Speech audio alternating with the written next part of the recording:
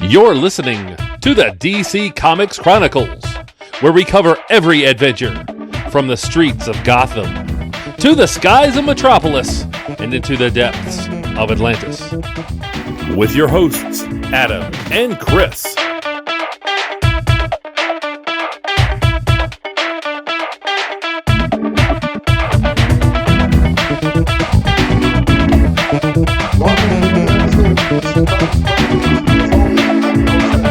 And with me is my co-host, Chris. Chris, how's it going? Oh, couldn't be better, my friend. Happy to be here to talk to you once again, man. How are you doing tonight? I'm doing well. I got some new headphones over the holidays. My other ones were falling apart. And Cool. They're working great. I could hear you as if you were in the room, so that's good. And we got some cool stuff to talk about. The main sort of reason we're here tonight, the main focus of the show will be, of course, continuing to review the latest issue of Batman 89 and Superman 78 comic books. And the issue we will be talking about is 4. But before that, a whole lot of news dropped since we last talked DC Comics. So we'll talk about some of that news. Yeah. First up, Chris, we know that there are 2 upcoming movies on the horizon. The Flash, which has a November 4th, 2022 release date, and the Batgirl, which is tentatively an HBO Max exclusive release and is supposedly has a 2022 release. We don't have an exact day on when that would be released as of yet, but recently Warner Brothers released on their official website they were like, it's like a year upcoming sort of preview of the 2022 release calendar, and they had a couple of some cast details for all their movies, and in some cases brief descriptions. And for the Flash, it had the whole cast listed. Of course, everybody we know about, Ezra Miller, Sasha Calle, Ben Affleck, Michael Keaton, everybody we know about. And then it had Michael Shannon and Anjay Trao, who were both in Man of Steel. I don't know if I pronounced their name right, but they were both in Man of Steel, and they played Zod and Feora. I almost said Ursa. Feora, respectively. Same difference. Same thing. Yeah. So that was unexpected. I never expected that. What are your thoughts on these 2 particular actors being back, and how do you think it's going to play itself out?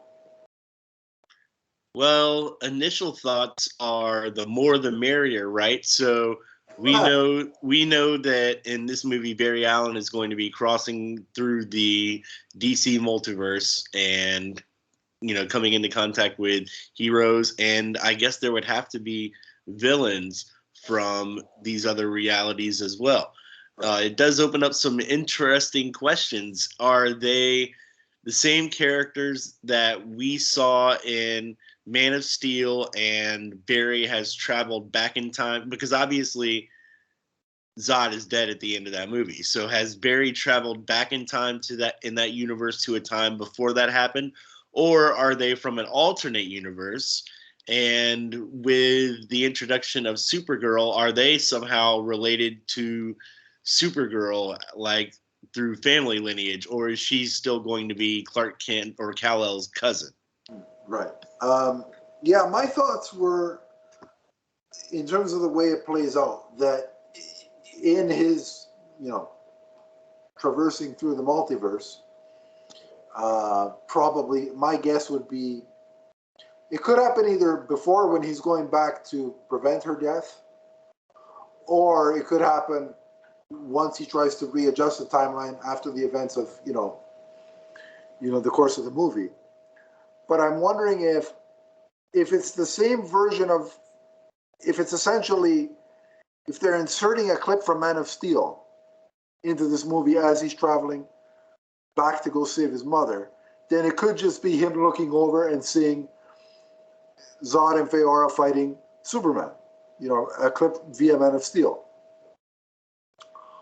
Or are they really going to get crazy and have him either A, alter the timeline to sort of change the ending of that fight, so maybe the controversial neck snap is altered and that doesn't happen through, once he comes back and resets kind of the timeline after his shenanigans? I kind of hope they don't retcon that. That's a part of the movie that I actually don't have a problem with. Okay. Or my thought was, are they going to have in this new reality similar events played out, to Man of Steel, but instead of happening to Superman, those events happen to Supergirl? Okay. I guess that's Are you saying like this is now going to be a universe in which Supergirl replaces Superman and the things that he did before she really did? I don't necessarily know if that means if that necessarily means replacing Superman. Okay. But just the idea that in this altered timeline that those events happened to Supergirl instead of. Whether Superman exists or not, I have no idea, but it's just something that I thought could be a possibility. Because again, we don't have any firm idea of Henry Cavill's status, other than the same old song and dance of the cape's still in the closet.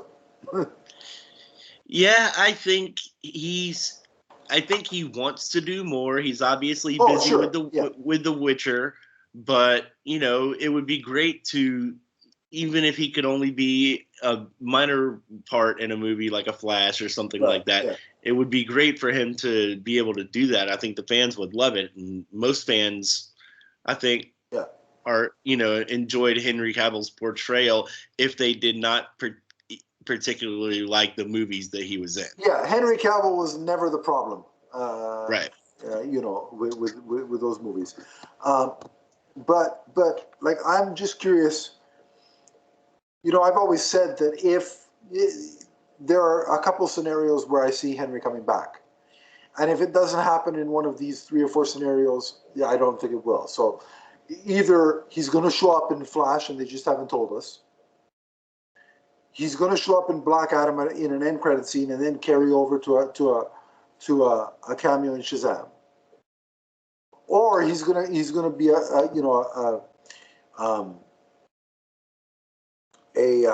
like a co-lead in a Supergirl film. That's my feeling. Those are the options that I see. I don't foresee a straight up Man of Steel 2. I just, unfortunately, with his schedule and the amount of time that's passed, I don't see that. You know what I mean? Which is really unfortunate, because I want more of Henry Cavill headlining a movie. I'll take what I can get. Man of Steel 2 should have came out in 2016. Yeah. But it didn't, and here we are. But either way, I think both of those characters and actors were great in Man of Steel. So to see them come back in whatever capacity is great. The actors in Man of Steel, again, were never my issue. No, Michael Shannon was fantastic. Yeah, I think it was very well cast. Man of Steel was from top to bottom. So any of the cast coming back is fine by me. So we just got to see. But like you alluded to, there are a lot of possibilities. In terms of the Batgirl cast, again, that description released gave us the casting info. And before that reveal, there was a lot of speculation of, well, is Batman going to appear, and which Batman is it? Now, because Michael Keaton's appearing in The Flash, there is now a question of, okay, which Batman are we dealing with here? And for the last few months, it's been back and forth between, it's Keaton, it's Affleck, it's Keaton, it's Affleck, and the evidence has been, the directors, a few months ago, they posted their Instagram stories, and it was the Batman 89 theme. It was imagery of Keaton. And so a lot of people, myself included, assumed, all right, it's going to be Keaton. Whatever happens in The Flash, Keaton's going to be the DCU Batman, and then here we go, move forward. Then they started posting a couple of Instagram stories with images of Ben Affleck's Batman. And then they cast J.K. Simmons as Commissioner Gordon. So there are a lot of people thinking, well, it's got to be Affleck's Batman because Commissioner Gordon. Well, this updated official casting list has told us which Batman it's going to be. And it's going to be none other than Michael Keaton. All right. I'm ecstatic because the dude's my Batman. I mean, agreed. He will always be my Batman. There is some nostalgia there. I won't lie that there's an element of nostalgia, but he was also a badass Batman. For sure. Now, having said that, had they announced that it was Affleck, I would have been okay with Affleck. Sure. I win either way because I'm a fan of most Batmans, with the exception of George Clooney. Just because, like it is. And so I think, there's been a lot of question among a segment of the fan base, and you know which segment I'm talking about. I won't specify. Everybody knows. Well, this Keaton thing doesn't make sense because it's J.K. Simmons. How is this going to make sense? Now, maybe I'm crazy, Chris, so you can tell me if I'm crazy or not. But I've read a lot of comic books in my day, a lot that have to do with multiverse shenanigans. Yep. And sometimes in those multiverse shenanigans, after such shenanigans take place, the universe gets altered. So that it's conceivable that through, again, speculation, but through the Flash's shenanigans from the Flash, at the end of that film, somehow Michael Keaton is now on the Prime Earth, this DCEU Earth universe. And he is now the Batman of the shared DC Films world. Yeah, I've heard him being referred to as like the Nick Fury of the DC film.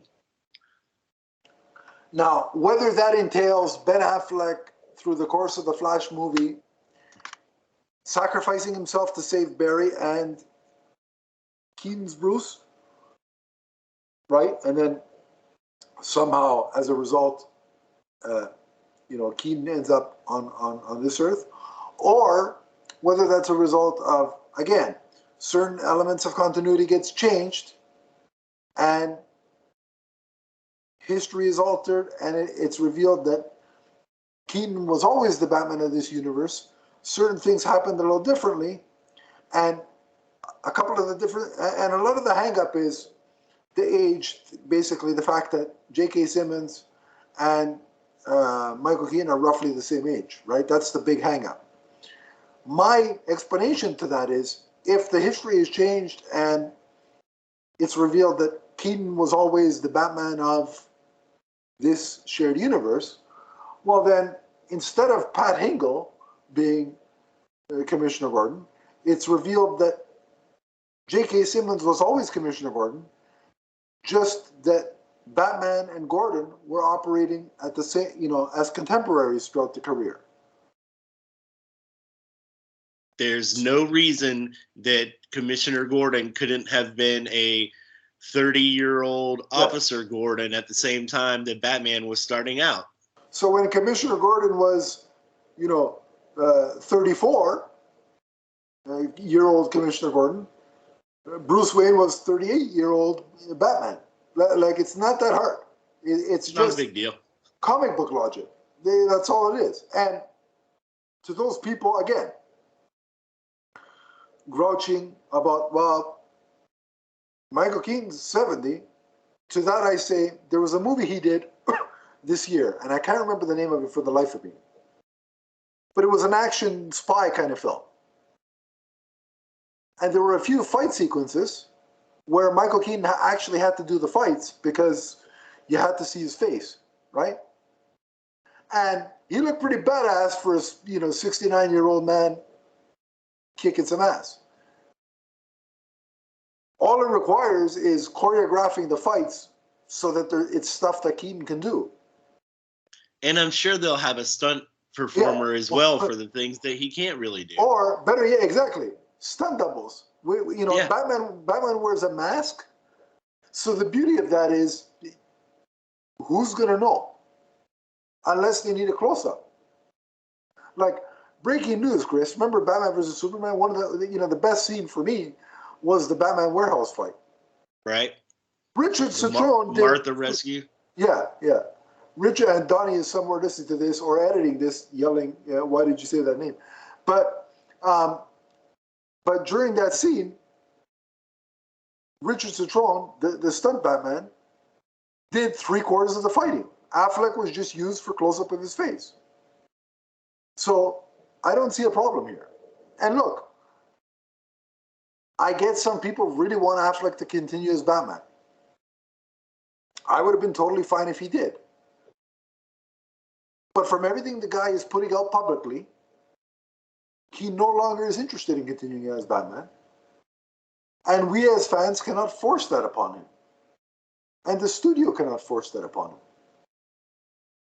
Yeah, he doesn't owe anyone, their entertainment. The man can make his own career choices, and if it's not something that he's done it a couple of times, if it's not something he wants to revisit, leave the man be. We'll just move on. And the thing is, they're like, well, but he came back for Zach. But look what he did for Zach. It was essentially, one scene was without the suit, right? The Martian Manhunter sequence. And one scene was a dream scene, the nightmare vision. Right. Where he was in the suit for what? 3 minutes? And from what I'm led to believe, his appearance in The Flash might be a way of him to say goodbye to the character and put it to rest in a way that is more palatable than what went down with basically changing Justice League and disbanding the rest of the DCEU. Yeah, and we have to allow the actor to determine when he wants to leave a role. Like as much as we look, if nobody ever said Keaton is coming back, right? I wouldn't be sitting on social media hashtagging bring back Keaton, right? It just wouldn't be a thing. It's not something I would do. Same with my love of Brandon Routh as Superman. I'd like to see him explore the Kingdom Come Superman more. He seems very keen on doing that. But that doesn't mean I'm going to go under every single Warner Brothers post and hashtag, make the Routh series, or whatever the heck the hashtag would be. Hopefully it happens. We'll see how it is. But to me, Batman and Superman are the characters are bigger than any one actor. So I'm happy Keaton's coming back, but if he wasn't the Batman in Batgirl, so be it. If Batman wasn't in Batgirl at all, guess what? I'm still going to watch the Batgirl movie. Yep. It is what it is. So I think we have to separate our love for these certain actors in certain roles and say, if they want to come back, great. If the creative teams can make it happen, cool. If they can't, they just can't. And somebody else will assume the role. And hopefully it'll be good. We'll watch it. We'll judge it based on what we see or don't see. And life will move on. And Superman and Batman will be recycled and rebooted ad nauseum. And as long as, my eyes are functioning and I'm existing on this earth, I'll watch them. As simple as that. Speaking of Batman, Chris, we got a third trailer for the Batman. It was titled The Bat and the Cat, which I find funny given my aversion to Tom King's, arc and signature line. But I digress. Um, what did you think of this trailer? Well, I really like the interaction between Bruce and Selina. That's the one aspect of this movie, even more than what is going on with Riddler and his what looks to be insane killing spree.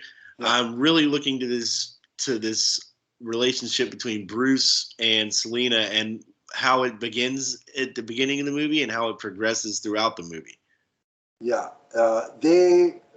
these two actors have immense chemistry just by the scenes that we can see them in. And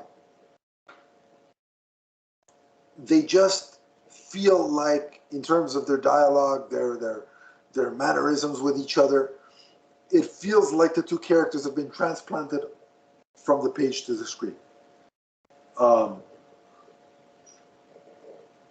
You know, their little fight sequences, but they're also their banter when they clearly at some point in this movie team up.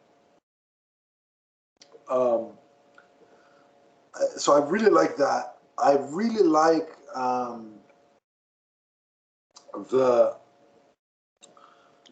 intermix of like the Batmobile chase with the Penguin and Bruce Wayne talking to, I guess it's the mayoral candidate, the girl that's saying, you know, you're hard to track down, but you know your family was known for their philanthropy, but you don't seem to be doing anything to help Gotham. And the reason why it's intermixed is because it's showing that, you know, Bruce has focused it seems like, his whole being on focusing on the Batman identity and being Batman and helping the city that way. And it seems like in terms of the Bruce Wayne aspect, he hasn't developed the playboy persona that we're used to, and he's more of a recluse.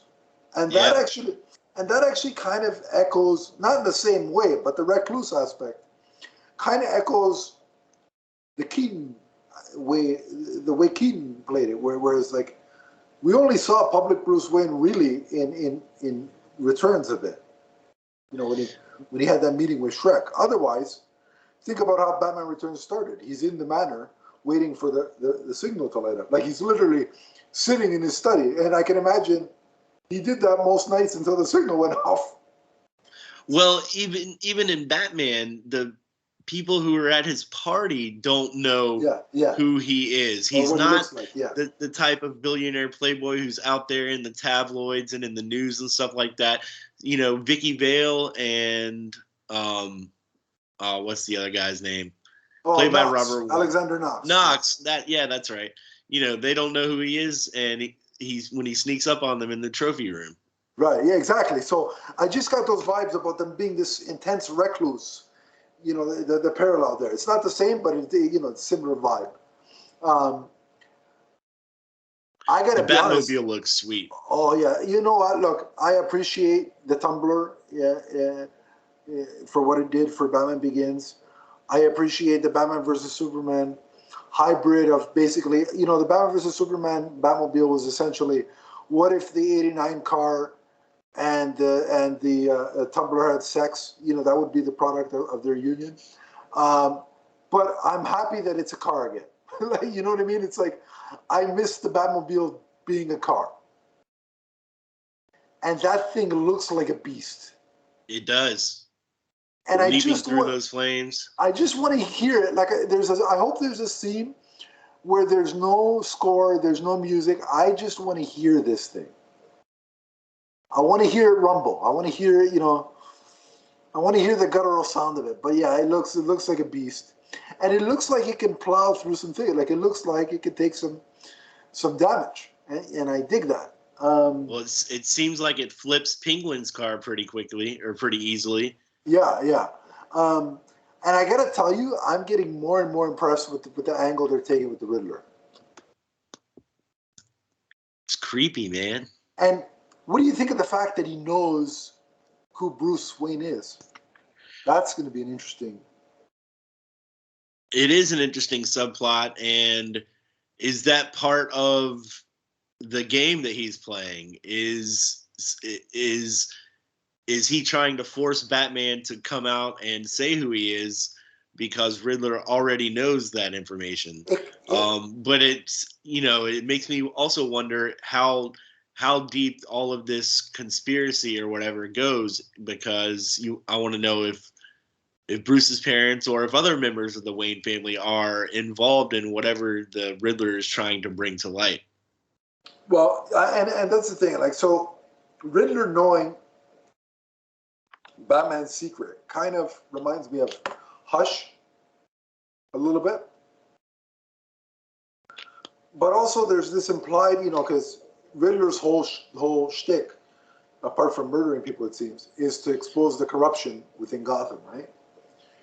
And so him implying that Bruce is part of this, because he says, you're a part of this too, and Bruce says, how am I a part of this? That reminds me of, have you ever played the Telltale games? No, I have not. That is a big part of that story, that there is some nefarious corruption in terms of Bruce Wayne's parental union. And it seems like they're borrowing from that game. And if that's the case, that's fascinating, because that's an angle that really hasn't been explored on film before. So I'm very intrigued. I love the look of Gotham. Like, there was one shot of Gotham. It looked like the Arkham games. And I said to myself, I think this Gotham, to me, it looks like a blend, like a hybrid of Nolan's Gotham in Begins and Burton's Gotham. Like, it's not just, hey, here's Chicago, or hey, here's Pittsburgh. And no offense to the two sequels, because those were great, but Gotham looked like an everyday city. True. And to me, I don't know what your feeling is, Gotham should look a little bit extra. It should have that little extra bit of fantastical to it. It should be rather gothic. Yeah, but that's what I'm trying to say without saying the word, yeah. So I love the look of it. And with the suit, with the costume, again, the more I see it in motion, the more I'm loving it. It looks like a cross between Lee Bermejo's art and the Telltale games. If you go look at some screenshots of the Telltale games and Lee Bermejo's art, you'll see what I'm talking about if you haven't noticed the comparison before. And I don't know. Maybe it's just my kind of mind and my eyes playing tricks on me. But the Batman cowl kind of has small vibes to the 66 cowl. There's little touches that I'm like, I can see. And knowing that Reeves was big into the series when he was a kid, I could kind of see him putting some touches on there. They're minimal. I mean, the ears aren't as small as Adam West's were. Obviously, there's no chalk eyebrow. Yeah, but the eyebrows would really set off the whole look, I think. Yeah, I think that would be going a little too far. But no, there is a little small touches, small remnants of the 66 cowl that I personally noticed. But I'm loving the suit. What's your take? I haven't really had any problems with the suit, because it's just a new interpretation by a new creator. They do it all the time in the comics. They switch out creative teams. You get something new for a certain run of a certain number of issues, and then it changes again. So I don't know. I just don't really take it too seriously, I guess, or don't really concern myself with it too much. Exactly. But the more I see it in action, the more I do like it. Especially that scene where it looks like he's coming down a dark hallway, and the only light that you see is the muzzle flashes off the guns as they're firing in his direction, and Batman just coming through and crashing them. Yeah, man, I think it looks. I mean, from what I've seen so far, I think it looks great. And the end shot where he's fighting and he's using the gun as like a weapon to beat people with. That fight sequence was pretty looked pretty badass. Yeah, dude, he's just whacking him with it. So I was already pumped for this thing, but these trailers have just increased every trailer to me has gotten better. Like each trailer has outdone the last. I don't know about you, but yeah, I think they're ramping up the hype pretty well. I don't think we'll get another full trailer after this, but I'm expecting maybe a Super Bowl spot because I think that's only a week or two before the movie premieres. Yeah, there'll definitely be a Super Bowl spot. I can't see WB not doing it. And just in terms of the premiere, it's in theaters on March 4th and will premiere on HBO Max on April 19th. So those are the 45-day window? Yeah, so those are the two dates that we have. And depending on the state of the world, it will depend where I see it. But either way, at least if I have to wait for it, I know it's not that long of a wait. It'll be a hard wait, but it won't be that long. Hopefully, we're all able to safely go enjoy it. Let's hope so. I mean, come on, let's get our crap together by March 4th. Come on, guys, let's do it. But so we're both hyped. We're both excited for everything we talked about news-wise. Let's get into these comics, starting with Batman 89, number 4. Chris, what's going on in this issue? All right, Batman 89, number 4, Shadows. Just wanted to point out the creative team. I don't think we've done that before, but I kind of wanted to highlight them because I think they do great work. This story is written by Sam Hamm, and I did not know this until earlier today, but he was the co-writer on the script for the Batman 89 film with Tim Burton, and he also has a story credit for Batman Returns. Indeed, yeah. So, he would seem, looking at that resume, like the perfect person to handle this comic, and I've been I think you happy know with what Tim Burton would kind of do if he had the chance. So he's the guy for the job. So yeah, written by Sam Hamm with artwork by Joe Quinones and colors by Leonardo Ito. So we open the issue with the church leaders protesting against police misconduct, and Bullock, going against Commissioner Gordon's orders, tell his officers to form a wall and not allow any of the protesters through. We see from the roof comes a giant bag of paint, which is dropped on the police, along with a bag of spray paint cans for the protesters to spray on the police's masks. So we've got what looks to be some racial tension maybe brewing over here. I was going to mention that, now that you mentioned that, they did a really good job of kind of mirroring what we've seen over the last year and a bit in real life and putting it into this comic without, banging us over the head with it and being overly preachy. I think it's the best way to handle it. You know what I mean?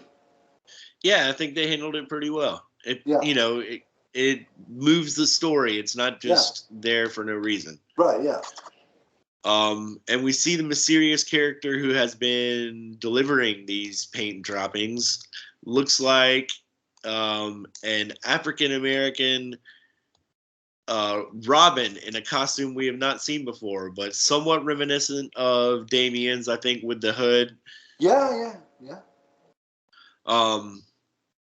In the Batcave, Alfred gives Bruce a newspaper microfilm on which we learn that Drake Winston's grandfather's business was bought out by the Wayne family, specifically Wayne Motors. One thing I wanted to point out about this scene with Bruce in the Batcave, did you recognize the outfit that Bruce is wearing? That's from the toy, right? The action figure from back in the day. Yeah. Yep, it's from the Batman Returns action figure where there was Batman, but you could remove the cape and the cowl, the armor and stuff, and it was Bruce Wayne underneath. I had that toy. So did I immediately recognized it. I still wish I had it, but I digress. But I really like these types of Easter eggs that they're bringing into the story that, only a small percentage of people are going to recognize. And I'm sure there are tons of Easter eggs that I've not recognized that I missed, but this one really made me smile because I remember that toy and I loved it. Yeah, I did the Leonardo DiCaprio gif where he's on the couch pointing, I did that when I saw that panel, yeah. So yeah, that was super cool. In the hospital, Harvey loses control and attacks an orderly.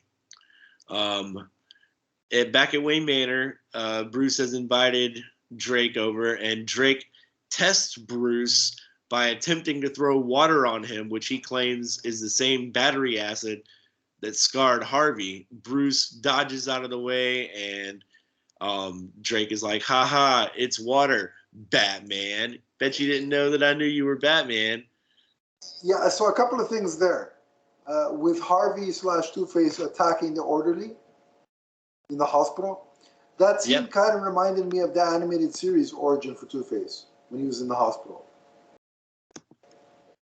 Kind of got similar vibes to that. Because I think that happened in the animated series as well. So, cool little reference there. I think it was a reference. If it wasn't, it's a happy coincidence. And I really like the panel on that page where he sees his reflection for the first time. He's in the room with Barbara Gordon, who is his fiance, and he's asking her, why are there no mirrors in the bathroom? And then after he snaps and knocks this orderly out, he takes his card, and in the reflection, I guess on the door, he sees the scarred half of himself. Yeah, and you see he's Two-Face is talking, or Harvey and Two-Face are talking to each other. What are you gawking at, or whatever, whatever the exact quote was. But yeah. Yeah, later in the issue, he is when we really see evidence of his mental break, where he's having a full-on conversation between the two split sides of himself. So it's interesting to see how that'll play out in future issues. Yeah. So Drake explains to Bruce how he figured out his identity, and this is what I was just mentioning earlier about Harvey attacking a police officer, and that's when he starts talking to himself. And the issue ends with Bruce showing the Batcave and the Batmobile to Drake. I really like how they handled Drake here because, having him, trick Batman into revealing his identity and then telling Batman how he figured it out, with the way he cocks his head and whatever, whenever he gets nervous or whatever. It shows the smarts of Drake. And also, with him being the one that interrupted the police attack on the protesters, shows his ingenuity to handle that kind of a situation as well. So they're showing you this isn't just some random nobody that Bruce takes in and says, here, now you rob him. This guy is already proving that he's eminently capable. So it makes sense that Bruce would see that and be like, all right, if you're going to do this, I might as well have you join me and work together on this. So I just like the way they played him, and it wasn't a situation of random guy, and now Bruce is going to have to train him, and Bruce just brings him in because he's a stray off the street. You know what I mean? I know that's the main, kind of the main continuity version, but I like that they went a different route with this because I think if this was under the Tim Burton lens, it would have been a different take. It wouldn't have been traditional comic book route. So I like how this all played out. Yeah, Drake he's serious, man. He dropped a firebomb on the police. Yeah. Blew up a couple of their vehicles. I guess he's lucky there was nobody in them. He's not playing around. And no, I really like it. And of course, he's obsessed with the car, which who wouldn't be? Who isn't? I'm still obsessed. Chicks dig the car. Yeah, but I'm still obsessed with that car. And it's been since 1989. So I totally get it. And I love the scenes in the Batcave. It's so expressive, so, you know, very atmospheric. They hit all the right notes in the way they draw the Batcave. And this Bat Cycle looks very interesting. Yeah, I'm excited to see Drake take a spin on that thing, because you know that's coming in the next issue. And Selena Kyle's found her way into the police station. Yeah, so that disc that she flashes at the end, she tells Barbara that she's going to scan her hard drive for her. But what do you think is on that disc? Is this a virus that she's infecting? Is she trying to copy files from the police? I would assume she's trying to copy files. Okay. But to what end, I'm not sure. Like, what's her goal with that? I don't know. And we get confirmation that this is, you know, the Selena from Batman Returns, because, you know, when Lois, but yeah, when they're going over her resume and she says you work, you started at Shrek Enterprises, and then we get the little the sidebar from Selena where she says, I still think about it every day. Is there ever going to be an arrest? Like, well, you better hope there's not an arrest, because you're the person they're taking down if there is. You did it. Yeah, exactly.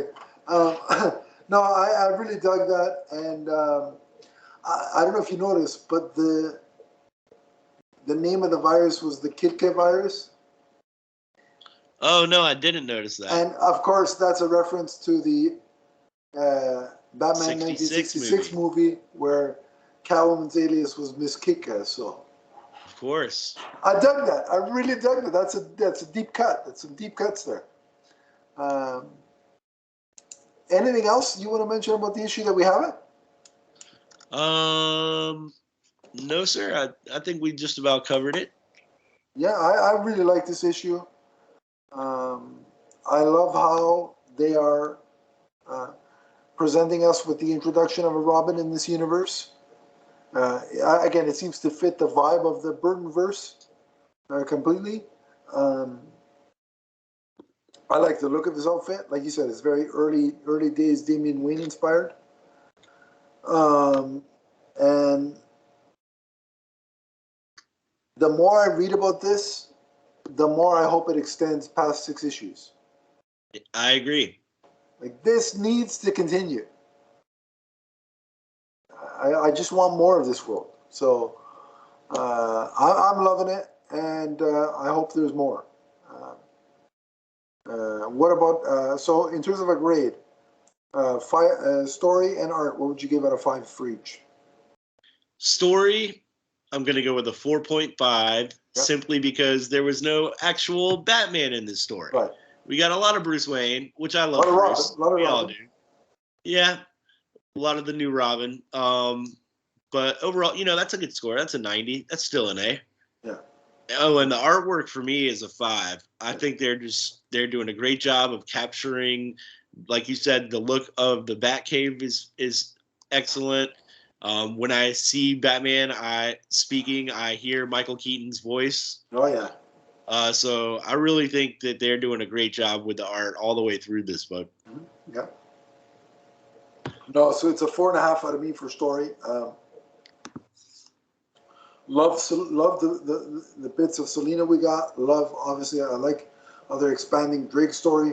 I like how we're getting more of Harvey and Two-Face's story. And I like that they actually, you know, talk to each other. You know, the back and forth they have, the eternal struggle. But I now want to see Batman and Robin out on the streets kicking ass together.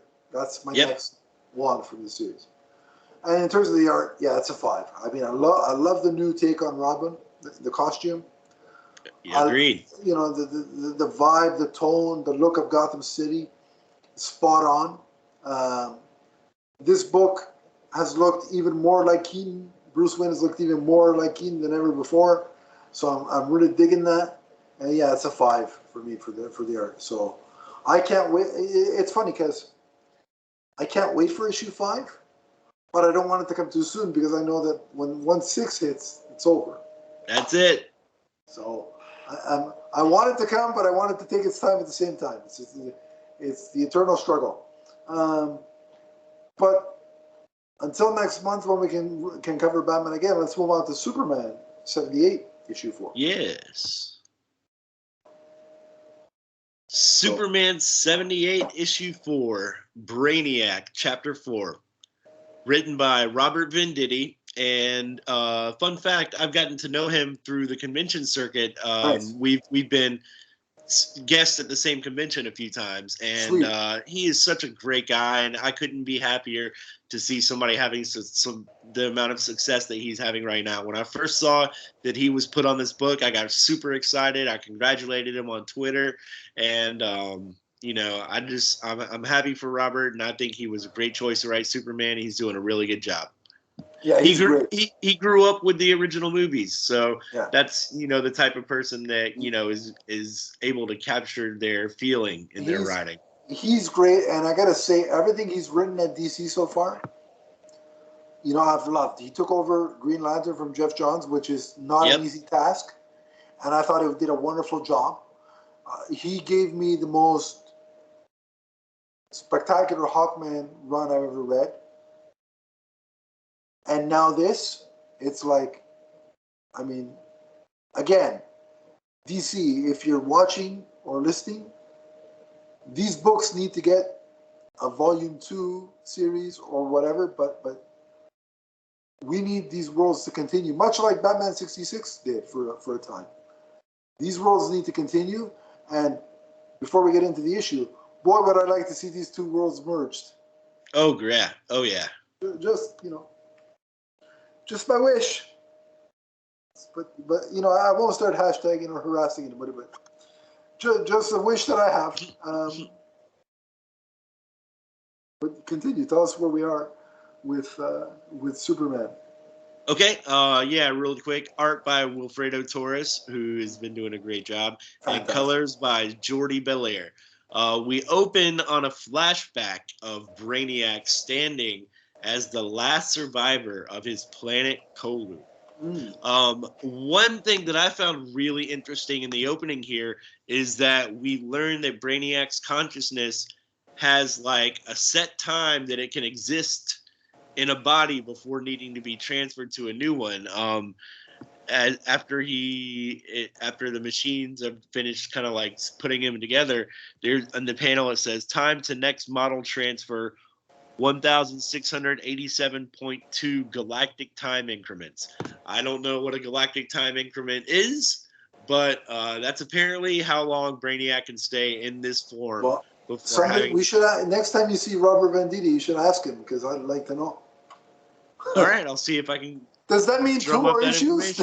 Is that 2 more issues worth? Because that's what it seems like it's. Next time you see him, ask if he wants to come on our show. That's an even better question to ask him. I'm trying to get him, but unfortunately his DMs aren't open, so I can't ask him, and I don't want to do it in public and say, hey, you want to come on our show?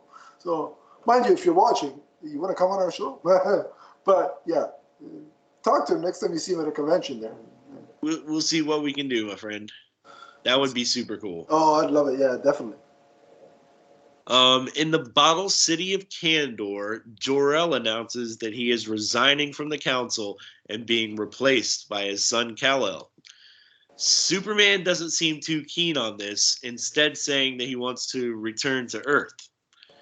Speaking of Earth, back on that planet in his secret hideaway bunker, Lex Luthor tells Lois Lane he has built a space transmitter with the ability to contact Superman on Brainiac's ship. Brainiac discovers the transmission and returns to Metropolis. Jor-El believes he has discovered a way to use the receiver on Kal-El to reverse the miniaturization process and allow Superman to escape. But the issue, before this can happen, the issue ends with Metropolis being excised from the ground and floating up towards Brainiac's ship.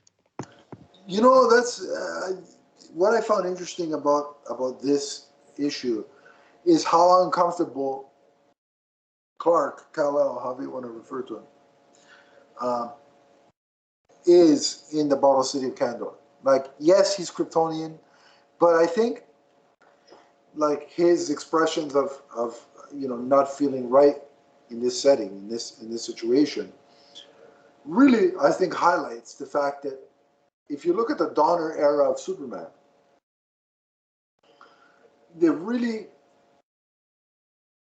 focus on, yes, he was born an alien, but they really highlighted his humanity in those in that universe. Whereas, and again, this is not a disparaging thing on the other side, but in the DCEU, so far we've really got an exploration of the alien aspect of Superman. Yep. So they're two different sides of the coin. And I like that, he's like, I'm a farmer's son, I'm baseball and farm fields and all that jazz. So that was kind of really cool to have him express that. I really love the way they're handling Lex in this. It's just pitch perfect to what you'd expect from Hackman. But it's also a Lex that's moved on from the obsession with land, which is nice, which is what I would have wanted to see from the character. And we did kind of see that from the character as the series progressed, to be fair. And so, but it just shows how smart he is, Lex, to have the forethought of, I'm going to implant the tracker on Superman before he leaves. But also, I'm pissed off that this alien is the one that's going to take out Superman. I want to be the one to do it. You know what I mean? Yeah, he's kind of helping Lois Lane here, but he says to her, when Superman is finally defeated, the victory will belong to me, not some extraterrestrial interloper. Yeah, so that's what's driving Lex in all his ingenuity and genius. He just wants to be the one to take down Superman, not Brainiac. And it's cool because I like how they have Lex, referring, basically every issue he tries to find a new way of saying, I'm the greatest criminal mastermind of our time, but he puts a different spin on it. And Lois is like, all right, we get it. Enough already. Enough of these self-aggrandizing terms for yourself. But I love it because it's like I could just hear. Yeah. Gene Hackman. I was going to say Hugh Jackman, but it's Gene Hackman. Anyway, that was going to be a Freudian slip. And then the other part that I really liked was, because there wasn't a lot of action here, so we can't speak to the action scenes. But what I did like was the conversation between Superman and Lois, because I really feel like their relationship has progressed. Like, it's because, in the 4 movies, well, really the 3, because Margot Kidder wasn't in much of the 3rd one. But in the movies, you get that there's like this love at first sight thing, but the relationship never like sustains or progresses to a level that to me feels like it's grown or it's going to be something that's lasting. Whereas this addition to the comic really makes it seem like it's evolved and matured, right? She doesn't know that Clark is Superman, I'm assuming, still. But still, like, you can tell they've explored the fact that they love each other, and it feels authentic in this book. Whereas in the movie, it doesn't feel as authentic to me. Like, it stops and starts every time, kind of thing. And once it does progress, it gets wiped away by a magic kiss. Yeah. So it really feels like this is something that's growing and feels like a genuine relationship. So I like that a lot. In terms of is there anything else you want to add story-wise?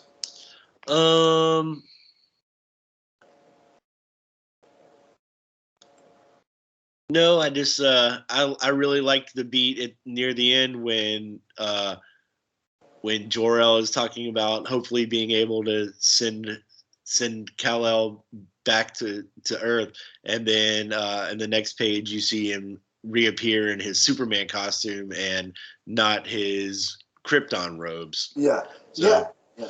he's And he's making a choice here. You know, he can stay in the city of Kandor with his family, with his original birth family, with yeah, his civilization that he didn't grow up with, or he can return to the world that he loves. he's choosing Earth again, and it's interesting because I artistically the scene with him in the white robes looks cool, looks great, Sure. but it and I'm not. This is not disparaging. I don't mean. That's why I said it looks great, but it also looks weird at the same time. Like seeing the Christopher Reeve Superman in that outfit, like it takes you a minute. It's like, wait a minute, I gotta adjust to that imagery. You know what I mean? and that it's an expert. You know, it's nothing but a compliment to Wilfredo Torres' art because he's really exuding Clark Kal-El's emotions in his art. So, like you could tell in the body language. So it's a compliment, nothing but a compliment to the art. But like Superman jumps at the chance to get back in those red and blues, and so I dug that. Um, I yeah I this book. I mean, I think we covered everything, so we can move on to our rating unless there's something that you wanna you wanna mention. No, I think we pretty well covered it top to bottom. And yeah, that ending, that end splash page of Metropolis kind of levitating and about to be, encased in a bottle, seemingly. That's a pretty epic way to end an issue. So, Seems quite the harrowing situation they're in. indeed, we almost needed like a Batman '66 kind of outro with the dialogue and the word and the voiceover. It would have fit there, I think. Um, but yeah, overall, again, can I have more of this stuff beyond 6? Because I need to stay in these worlds. Like, honest to God, and I mean this no disparaging to any other books that are actually on my pull list because I love them. But if Batman '89 and Superman '78 were ongoing, I would be perfectly happy if these were the only 2 DC books I picked up. That's how good they are. So with Quite that, high praise from yeah. you, sir. So with that, give your rating out of 5 for story and art. Well, this book gets a 10 for me. I'm going with a 5 in story. I really like what Robert is doing with the story here. I like how he brought back Kandor and Superman's family, his birth family. The art is just top notch. Wilfredo Torres captures even like Laura and Jor-El. They look spot on, like the characters from the movie, and you can hear their voices. Yeah. In my head as I'm reading it, and it's just phenomenal work. So this one is 5 for both for me. And it's funny you say that because as I'm preparing for Superman and Lois to return, I'm doing a rewatch of different Superman media, solo Superman movies, and then I'm gonna start watching some of the series. But having just rewatched the Reeve Superman movies, you can absolutely hear the voices of Jorah, Brando and Susanna York when you're reading that dialogue, and also Christopher Reeve's voice and Margot Kidder's and Gene Hackman's. Like they've gotten the characteristics of these characters down packed in the writing, and the art is just spectacular. I mean, they maybe can't do exact likenesses because of money and rights issues, but it's as close as you can get. It's pretty close. But without It's becoming great. like, if you get it too close, it can be like eerie kind of thing. Like, like on Secret Origin. Frank, what's the guy's name? He's a great artist, but Frank Miller. no, not Frank Miller. Oh Jesus, why am I? Gary Frank. Gary Frank. Yeah, I love Gary Frank. But like his art's great, but it looks eerily like Christopher Reeve, like to the point where it's like, I mean, did they do some mumbo jumbo resurrection technique or what, and then digitize them on the page? Like, what's going on here? But no, this is perfect. This is great, and like I said, for me, the story is a 5, the art is a 5. I don't want to let this book go. I did tell you that right now. Like I can't put it down. Right? I'm always, and if our viewers and listeners haven't done this yet,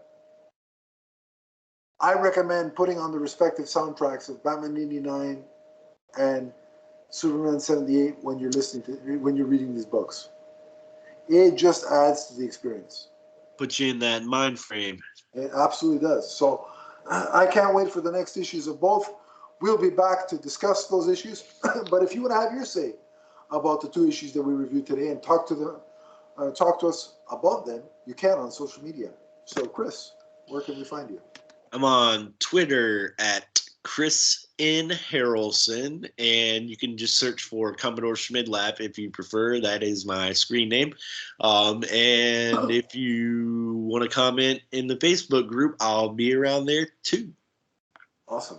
And if you want to chat with me, it's at Adam_LeafsFan on Twitter. The podcast vidcast itself has its own Twitter handle, which is at MMNPDC. We also have a Facebook group, which is somewhere listed in the description below on the YouTube channel. Click that, I will add you, and we can continue the conversation there. But until next time, we hope you enjoyed this episode. And remember that Batman '89 and Superman '78, the comics, are forever, from their first issues to their last. So long, everybody.